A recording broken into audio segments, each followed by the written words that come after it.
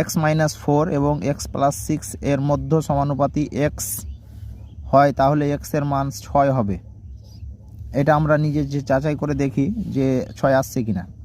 আমাদেরকে এখানে জানতে হবে যে কোনো তিনটি সংখ্যা এ বি সি যদি ক্রমিক সমানুপাতি হয়, তাহলে তাদের মধ্যে সম্পর্ক হচ্ছে B square is equal to AC, অর্থাৎ মাঝের পদটার স্কোয়ার মধ্য পদের স্কোয়ার সমান প্রান্ত পদদ্বয়ের গুণফল সমান হয়।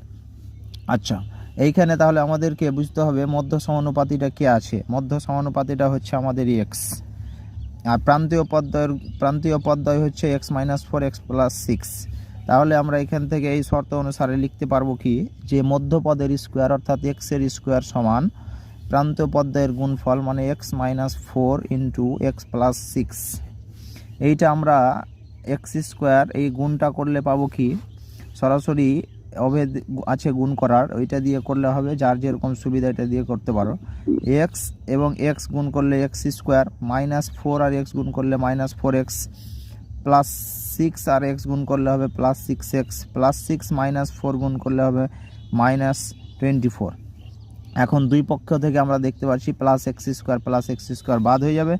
এইদিকে আমাদের থাকছে মাইনাস 4x প্লাস 6x মানে 2x, আর এখানে 0।